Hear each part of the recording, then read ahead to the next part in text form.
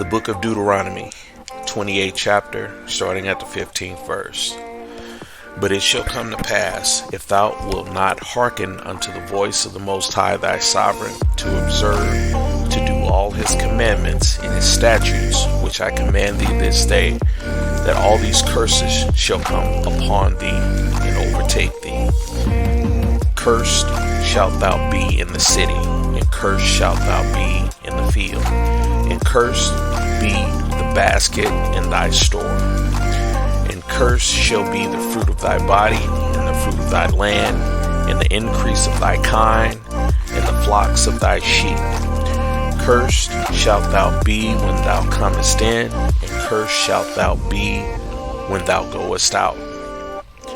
The Father shall send upon thee cursing, vexation, and rebuke, in all that thou settest thy hand unto for to do, until thou be destroyed, and until thou perish quickly, because of the wickedness of thy doings, wherefore thou hast forsaken me.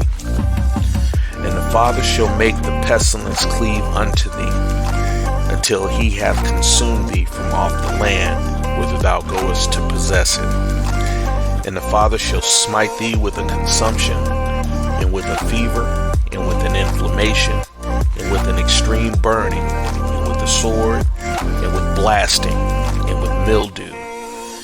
And they shall pursue thee until thou perish. And thy heaven that is over thy head shall be brass, and the earth that is under thee shall be iron. And the Father shall make the rain of thy land powder and dust. From heaven shall it fall down upon thee, until thou be destroyed. The Father shall cause thee to be smitten before thine enemies.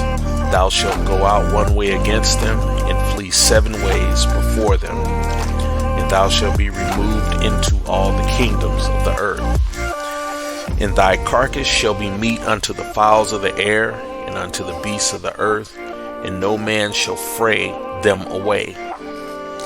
The Most High will smite thee with the botch of Egypt, and with the emerods, and with the scabs, and with the itch, whereof thou canst be healed. The Most High shall smite thee with madness, and blindness, and astonishment of heart. Let me read that again. The Most High shall smite thee with madness, and blindness, and astonishment of heart. And thou shalt grope at noonday, as the blind gropeth in the darkness, and thou shalt not prosper in thy ways, and thou shalt be only oppressed and spoiled evermore, and no man shall save thee. Thou shalt betroth the wife, and another man shall lie with her. Thou shalt build a house, and thou shalt not dwell therein. Thou shalt plant a vineyard, and shalt not gather the grapes thereof. Thine ox shall be slain before thy eyes, and thou shalt not eat thereof. Thine ass shall be violently taken away from before thy face, and shalt not be restored to thee. Thy sheep shall be given unto thine enemies, and thou shalt have none to rescue them. Thy sons and thy daughters shall be given unto another people, and thine eyes shall look and fail with longing for them all the day long, and there shall be no might in thine hand. The fruit of thy land and all thy labors shall a nation which thou knowest not eat up, and thou shalt be only possessed and crushed away, so that thou shalt be mad for the sight of thine eyes, which thou shalt see. The Father shall smite thee in the knees and in the legs with a sore botch that cannot be healed, from the sole of thy foot unto the top of thy head. The Father shall bring thee and thy king, which thou set over thee, unto a nation which neither thy fathers have known, and there thou shalt serve other gods, wood and stone. And thou shalt become an astonishment, a proverb, and a byword among all the nations whither the Most High shall send thee. Shalom, shalom. It's your brother DL, Elder Youngman for those that follow online. Name of tonight's message is A Fierce Nation. a fierce nation. So, brothers and sisters, we are full swing and into what the world calls their holiday season. And I've done messages before describing the abomination of the holiday that they call Thanksgiving. We've gone over just the fact that it's not a holiday that deals with anything biblical. It's not anything that that can be traced in the scripture, and then it's also not anything having to do with the Messiah, anything like that. And to understand truly how abominable the holiday is, you kind of have to understand where you are and what this nation is. This is a pagan nation. Okay, it's very, it's very important to understand that this nation, from its foundations, from before these people ever set foot on these shores, they were pagan worshipers. The reason that the high holiday season occurs from Samhain all the way through the winter solstice is because it's the darkest time of the year. This is the time that the sun is over the earth the least. And if you look at their little holiday calendar wheel thing, the top portion of it, when it's properly done, the top portion, the highest portion of the year is from Halloween through through the equinox. So that's going to be the top half of the wheel. So, brothers and sisters, first of all, the quote-unquote holidays that have been set up here in this nation, Mystery Babylon, meaning, it's going to be a mystery surrounding it. They're not going to tell you what you're doing. The highest holidays throughout the year occurred during the darkest portion of the year. Halloween, Thanksgiving, and then Christmas. So that's the first thing. Now, what the Father's been working with me on is this scripture that I read regarding the curses of Israel. Okay? If you've been following on the Facebook page, there's been several posts about what's actually being celebrated during Thanksgiving. What are they actually giving thanks for? And again, we've discussed this before, but in coming into the fullness of what we've read, what we know about the Southern Kingdom records that we have, and then now the second stick, the Northern Kingdom's set of records, this holiday becomes even more abominable. What they're giving thanks for is our land and our blood. And nothing really undersigns that more than the reading from Deuteronomy 28 chapter. This nation, now that it's reverting back, now that the people in the nation, the citizenry of the nation, are wanting to quote unquote take their country back, and they're reverting back to their conquerors' ways. It is highlighted more that when they sit down over that roasted turkey and over that ham and over those cranberries and over the stuffing and all that sort of stuff, and they come together and they give thanks. They're thanking their God, the God of this world, for the gift of this land and the labor that it took to work this land. So brothers and sisters, again, as I pointed out in previous messages, this is a time of fasting and prayer.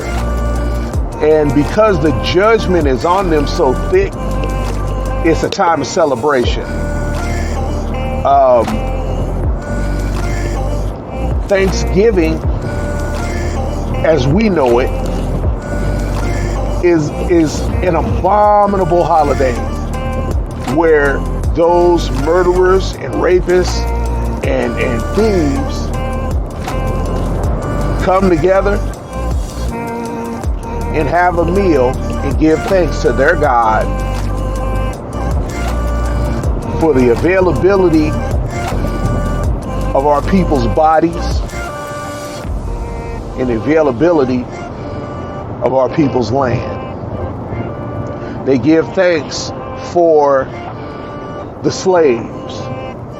They give thanks for all of the resources that they've stripped from this ground. They give thanks for all of the Native American North Kingdom Hebrews that they were allowed to kill, and all the women they were allowed to rape. They give thanks for being able to spawn what we call recognized tribes, an entirely new form of quote unquote Native American that's more white than they are indigenous. So brothers and sisters, when you think about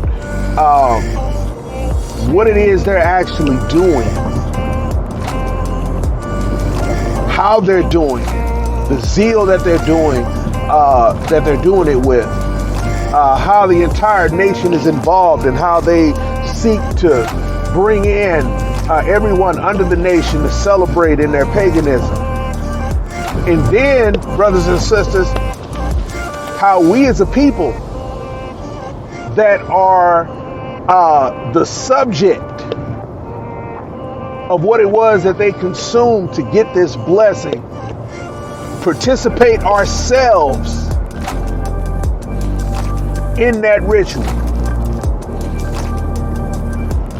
Brothers and sisters, if you look at this scripture, it said that all of these things would happen to us until we be destroyed. And I don't know, I don't know of a higher form of destruction than celebrating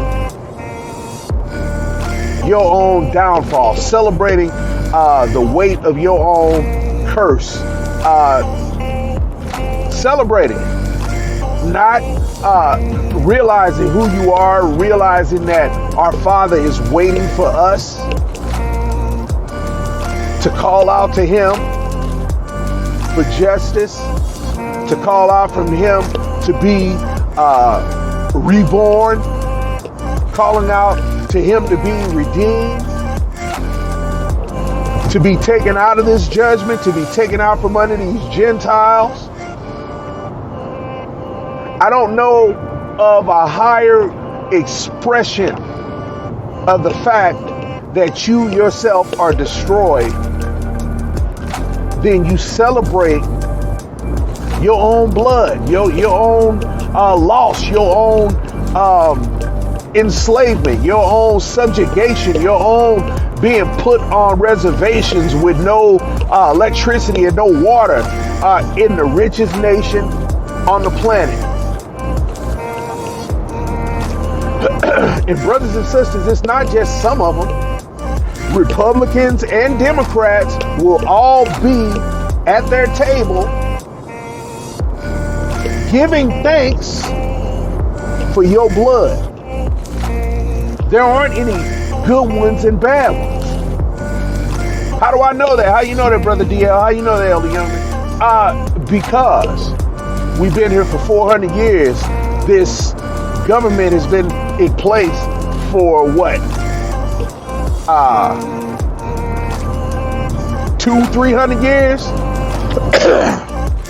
And from that time unto that, there's been no reparation. There's been no lump sum payment for what they did, because you in this land, the slaves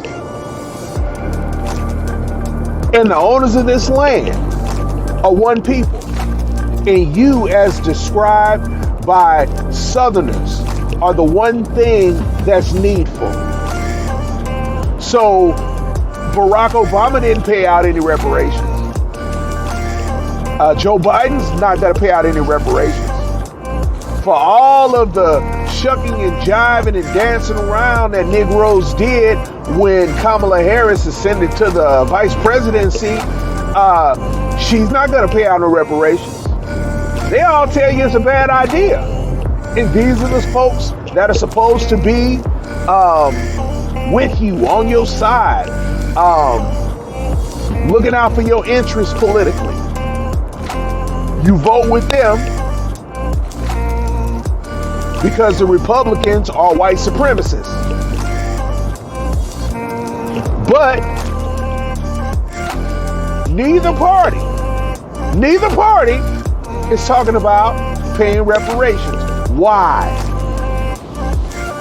Why is it that lump sum payment is okay for dropping bombs on nations, taking people's children away at the border, all of these things, everything that you've seen has happened to us in some way, shape, or form? Well, what are you talking about? You didn't get no bombs dropped on you. Greenwood was the first time that bombs were dropped on a domestic city by the government. The armed forces were brought in, and they used a biplane to bomb Greenwood. And they don't tell you what it was in Philadelphia when that block got blown up, but they bombed that block in Philadelphia. Look, we have been bombed. We've been shot. We've been mass murdered. Our women have been raped. The men have been raped.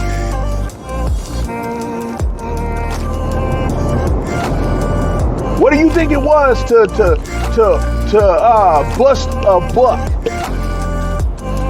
And see, brothers and sisters, we are here under a fierce nation, a people that's not a people. And see, what that piece of scripture is telling us is that these are not man. These are not, they're not even human. These are the children of the angels. And they today, right now, still practice angelic worship, pagan worship, the antediluvian worship of fallen angel demons. That is what's behind each one of these holidays.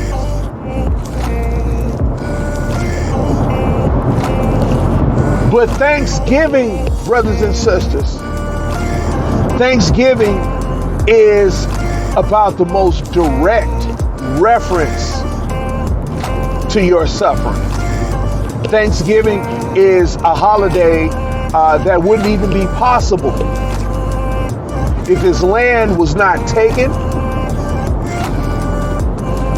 and the children of the Most High, northern and southern kingdom, were not put under bondage. And when I say put under bondage, that's a clean way of saying murdered, worked to death, raped, impregnated with their children, and used to spawn entire different races of Gentiles.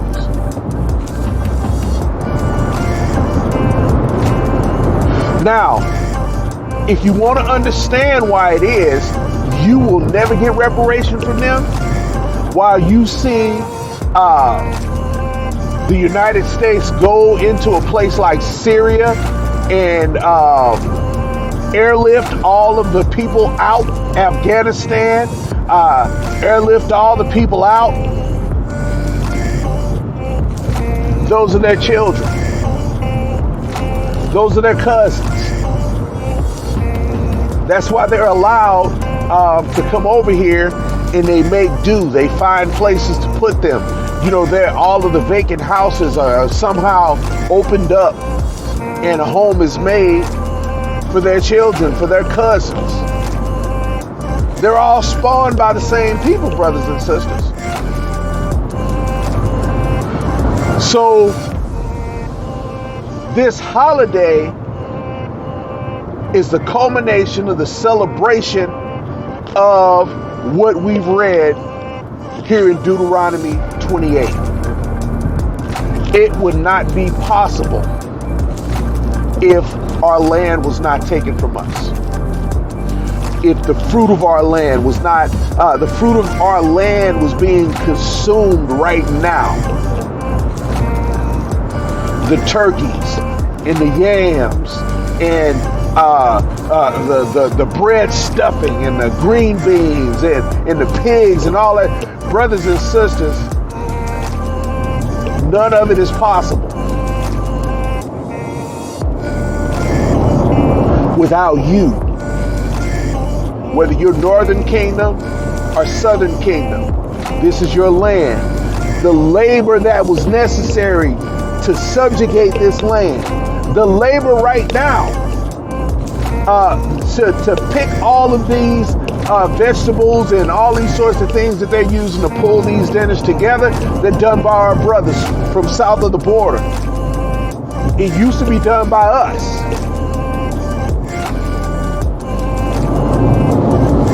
So brothers and sisters, this celebration is the celebration of a fierce nation. They are giving thanks for their victory. They're giving thanks to their pagan gods, to Zeus, to Apollo, to all of those fallen angel deities, the god of war, all these sorts of things. When they bow their heads, that's who they're bowing their heads to.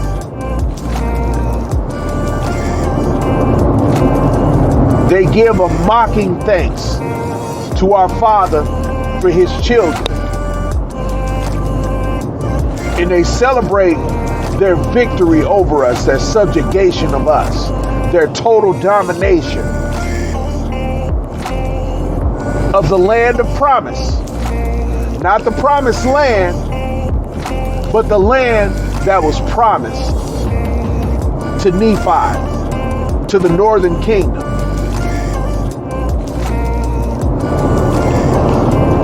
Because brothers and sisters, really,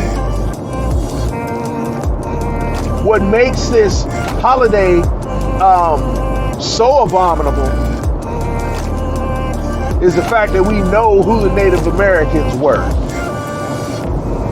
And in the message that was, this is an old message, where did they come from? It's pointed out in the second book of Esdras, I believe in the 13th chapter, that this is the land of Arsaran, where the nations that were run into Assyria under Salmanassar, after they left Assyria, They came here. So brothers and sisters, there's a gathering. It's a gathering of the nations. That's why all of those nations that are south of the border, south of Mexico, all of them are coming to the seat, to Mystery Babylon. It's the gathering of the end. And that's why they're being brutalized. And that brutalization didn't start with Trump. That brutalization started with the 44th president of the United States, the Pharaoh, Barack Hussein Obama. So brothers and sisters, look, the Father's put it upon me to connect this holiday to what's making it possible for them to have the holiday. And what is making this holiday possible, brothers and sisters, is your blood and your land. Generally, when you hear one of these white conservatives go on and start talking about all of the blood and treasure that they've invested in this land, generally what they're talking about is all of the blood that was spilled during what they call the Indian Wars. Treasure, they don't even talk about how much debt was run up by the War Department of the United States, the Department of the Interior. They don't even talk about the cost that they incurred trying to beat our ancestors off of this land. They had to enlist the nation of Judah to help them fight the nation of Israel. What you talking about, brothers and sisters? Buffalo soldiers. Buffalo soldiers were Yahudim. And they used them to come out here. And immediately, our brothers out here in the West knew who they were. They fight like people in our lineage. They fight like buffalo. That's what the term didn't come from white folks. They saw the nation of Judah, didn't know who they were, but they said, man, these folks fight like buffaloes. They strong as buffaloes. And what you see, what you come to understand is that we settled out here. There were quote unquote black and native towns out here. That was, I guess folks missed that in the Netflix, The Harder They Fall. I mean, they couldn't just come out and tell you what it was, but what they were telling you underneath the cover of, just the Western people shooting each other was that the nation was reunited out here. And that's why they had to send Kit Carson, all these Gentiles out here to break all this stuff up. Because, brothers and sisters, every time we've come together as a nation, you've heard about it, every insurrection that you hear about involving Native Americans, if you study it closely, you find out that slaves, escaped slaves, or the Yahudim hooked back up with the northern tribe. So brothers and sisters, look, they have taken our culture from us. They've taken our customs from us. They've taken our holy days away from us. And they've given us their pagan holy days. But this giving of thanks is particularly abominable. Why? Because they're breaking bread over the celebration of your suffering, of your conquer, of your death, of your enslavement. And brothers and sisters, look, you cannot repurpose things that have been given over to evil. And for me, and for most of us, giving thanks to the Most High is not something you do annually. That's something you do every day. That's something you get out the bed and you put your feet on the ground and you thank the Most High for the air. You thank the Most High for another chance to find Him. You thank the Most High for a bed, for sheets, for a mattress, for a bedroom, for a bathroom, for running water, for a house around the bedroom and the bathroom that's heated, for food in your refrigerator. Because brothers and sisters, look, they giving thanks for the fact that many of us have starved, many of us have died, many of us have been murdered, raped. If you have a life that's somewhat comfortable, if you have a life where you can feed your children, you better understand that that's a blessing. They didn't never intend that. They didn't never intend for that to happen. The one thing needful, the one thing that they need to be able to consume, to live in the way that they want to live. This is why the Constitution of the South was put together the way that it was. It did not function without us.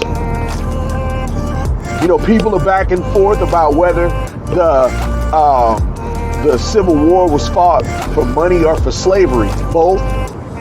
Because slavery was necessary for them to live in a way that did not require money. Because the blood that we spilled, brothers and sisters, they sold for money. So brothers and sisters, that's about my time. This holiday is the celebration of a fierce nation, a conqueror nation, a nation that has stolen your land and your blood. So if you want to have an annual meal and give thanks to the Most High, do it on a day other than when they do it. Do it on a day that's not consecrated by them, that's not taken by them. Because as you celebrate, brothers and sisters, as you fellowship, you give power to the gods of consecrated days. And that's why on these holidays, I fast. We don't do anything extra on these days. If anything, get into your own history. And you know, we have a weekly holiday on the Shabbat. Do what's been ordained by the Most High, not what's been ordained by your oppressor. So that's my Thanksgiving message for you, brothers and sisters. As you sit down and as you consume that meal, just understand what this nation has dedicated that meal to. It's your brother DL. I'm out. As always, I love you all. Shalom.